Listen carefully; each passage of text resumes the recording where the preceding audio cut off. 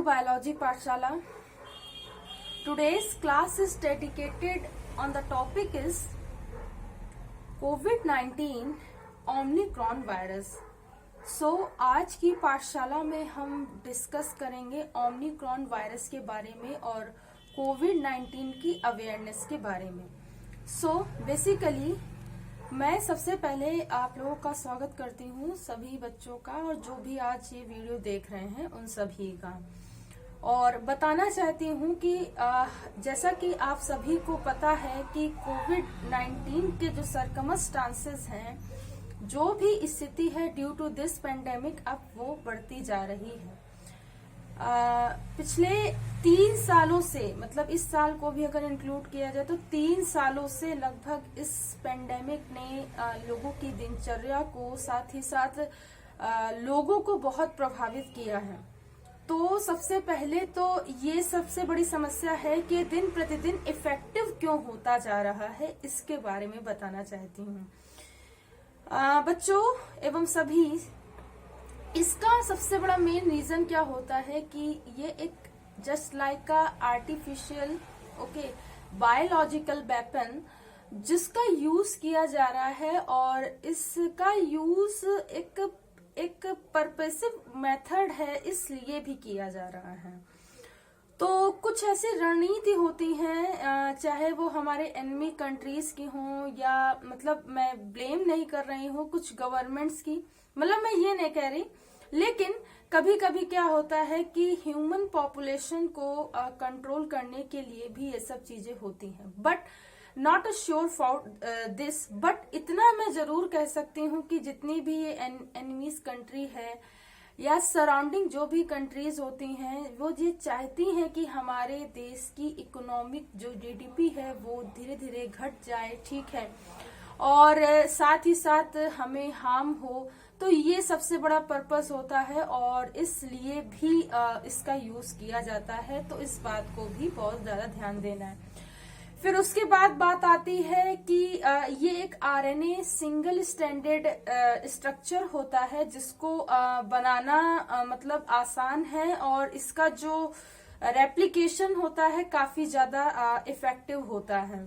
तो इसलिए भी कोविड-19 फैलता है, ठीक है। और इसका जो वायरस नया वेरिएंट आया है, दैट इज ओमिक्रॉन वायरस, ठीक है।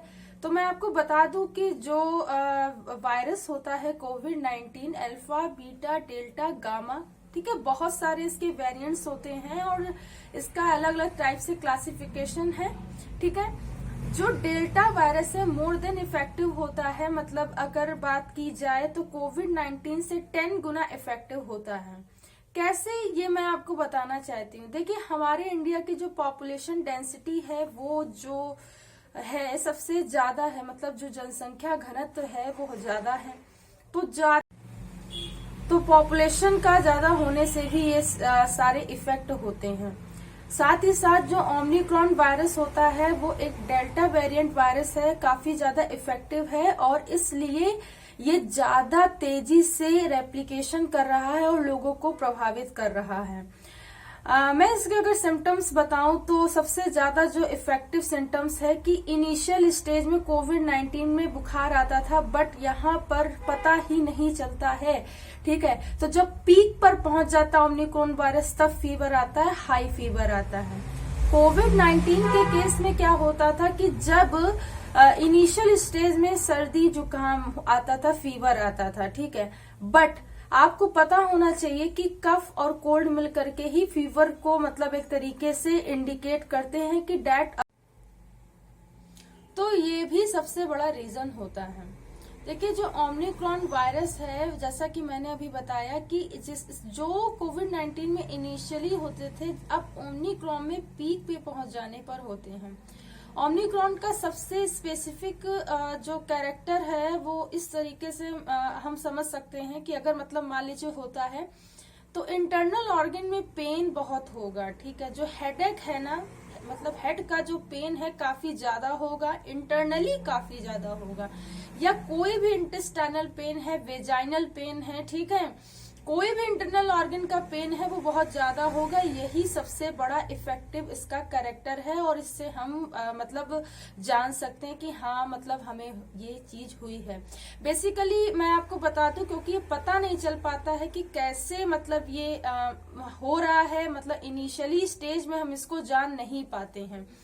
तो ये भी सबसे बड़ा रीजन होता है और इससे हमें ध्यान देना चाहिए, इसलिए मैं आप लोगों को बता रही हूँ। देखिए किसी भी चीज का हम प्रिवेंशन कर सकते हैं, ठीक है, उसे रोका जा सकता है, क्योंकि ये एक ऐसी बीमारी है जिसका अभी तक कोई सॉलिड मतलब वो तो बना नहीं है कि वैक्सीन जो बनी थी वो वैक्सीन कोविशील्ड, ठीक है, ये भी ये श्योर नहीं करती है कि मतलब बस वो रोक सकती है, ठीक है, बट ये श्योर नहीं करती कि अगर किसी को हो सकता है तो दैट होगी या नहीं होगी। सो बेसिकली वे वायरल डिसीज है और इसको रोक पाना काफी डिफिकल्ट होता है, इसलिए ऐसा है।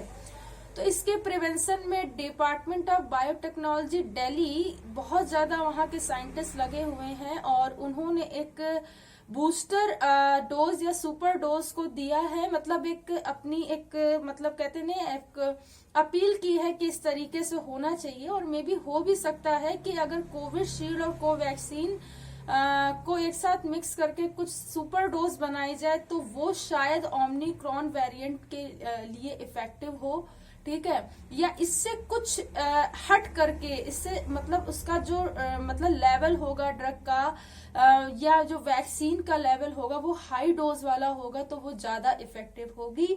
ये हमारे यहाँ के साइंटिस्ट ऐसा विचार करते हैं।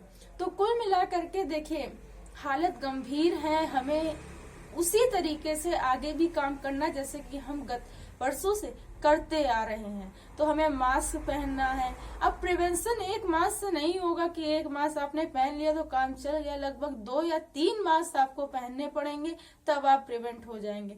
अपनी सैनिटेशन क्लीनेशन का ध्यान रखिए, ठीक है, तब सबसे ज्यादा आप उससे बच सकते हैं।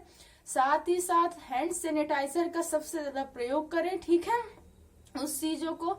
और फाइबरस जो होते हैं सैनिटाइजर कोशिश करिए कि फाइबरस वाले ना लीजिए क्योंकि इचिंग भी उससे होती है, या नेचुरल आयुर्वेदिक जो होते हैं ना वो सैनिटाइजर को यूज करिए। नॉर्मली जो आते हैं वो उसको थोड़ा थोड़ा यूज करिए, बिकॉज ये स्किन एलर्जीज इसमें आ जाते हैं तो वो भी इफेक्टिव करते हैं।